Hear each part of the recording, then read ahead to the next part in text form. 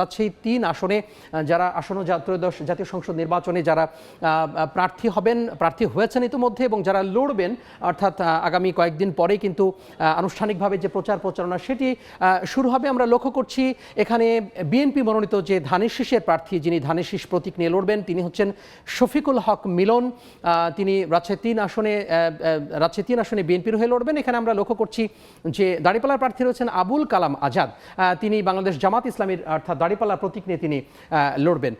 আমরা একটি বিষয় লক্ষ্য করছি যে আমরা কিছুক্ষণ আগেও কিন্তু আমাদের যে সংবাদ শিরোনাম সেখানে বলেছি যে রাজশাহী ৩-এ বিএনপির একটি মাথা ব্যথা রয়েছে, বিশেষ করে অন্তর্কোন্দল। অর্থাৎ এখানে কিন্তু যারা বিদ্রোহী প্রার্থী বা যারা অন্যান্য প্রার্থী রয়েছেন, বিএনপির অন্যান্য প্রার্থীরাও কিন্তু রয়েছেন এবং এখন আসলে বিএনপির সাংগঠনিক একটি চ্যালেঞ্জ রয়েছে যে এটি আসলে সামনে তারা কিভাবে সামাল দিতে পারে। অর্থাৎ এখনও কিন্তু সময় রয়েছে এই বিষয়টি সামাল দিতে। সেক্ষেত্রে ভোটের যে সমীকরণ সেটি আসলে আমরা দেখতে পাচ্ছি। এছাড়া আমরা লক্ষ্য করছি যে জনাব আবুল কালাম আজাদ তিনি রাজশাহী ৩ আসন থেকে লড়বেন, অর্থাৎ পবা মোহনপুর মিলে যে আসনটি রয়েছে রাজশাহী ৩ আসন, তিনি দাঁড়িপাল্লার প্রতীকে লড়বেন। আবুল কালাম আজাদ তিনি প্রচারণা যখন তিনি শুরু করবেন যে আনুষ্ঠানিকভাবে সেটি কিন্তু রয়েছেই।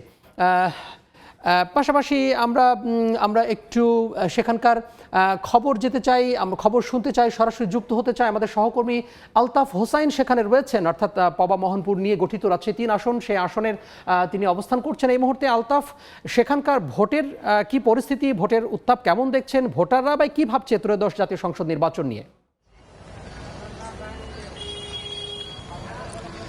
রাজশাহীর আরো গুরুত্বপূর্ণ একটি আসন হচ্ছে রাজশাহী ৩, অর্থাৎ পবা এবং মোহনপুর উপজেলা নিয়ে যে আসনটি গঠিত। আমরা জানি যে রাজশাহীর সবচেয়ে বড় একটি আসন এটি এবং ইতিমধ্যেই নির্বাচনী যে আমেজ সেটি কিন্তু রাজশাহীর এই আসনটিতে দেখা যাচ্ছে। ইতিমধ্যে প্রার্থীরা কিন্তু তাদের প্রচারণা চালাচ্ছেন। আমরা জানি যে এই আসনে মূলত ৭ জন প্রার্থী তারা মনোনয়নপত্র তুলেছিলেন গত ৩ জানুয়ারিতে যে প্রার্থী মনোনয়নপত্র যাচাই বাছাই, সেখানে কিন্তু আমরা ৪ জন প্রার্থীর মনোনয়নপত্র বাতিল হতে দেখেছি এবং ৩ জন প্রার্থীর মনোনয়নপত্র বৈধ ঘোষণার পর থেকে আমরা এই আসনটিতে প্রার্থীদের দৌড়ঝাঁপ দেখছি। এবং আমরা জানি বিএনপি মনোনীত প্রার্থী মোহাম্মদ শফিকুল হক মিলন, জামাতে মনোনীত প্রার্থী আবুল কালাম আজাদ এবং আরেকজন প্রার্থী আছেন জাতীয় পার্টির, তিনিও কিন্তু এই আসনে তার প্রার্থিতা বৈধতা ঘোষণা করা হয়েছে এবং তিনি কিন্তু প্রচারণা চালিয়ে যাচ্ছেন। এবং একই সঙ্গে আমরা দেখছি যে তারা যাদের মনোনয়নপত্র বাতিল হয়েছিল তারা কিন্তু আপিল করেছিলেন এবং আপিল করার পরে তাদের আসলে মনোনয়নপত্র এখন পর্যন্ত এই খবরটা আমরা পাইনি যে তারা বৈধতা বা প্রার্থিতা ফিরে পেয়েছে কিনা। তবে যে ৩ জন প্রার্থী এখন পর্যন্ত তারা টিকে আছেন এবং তারা প্রত্যাশা করছেন তারা একটি গ্রহণযোগ্য এবং সুষ্ঠু নির্বাচনের জন্য তারা অপেক্ষা করছেন।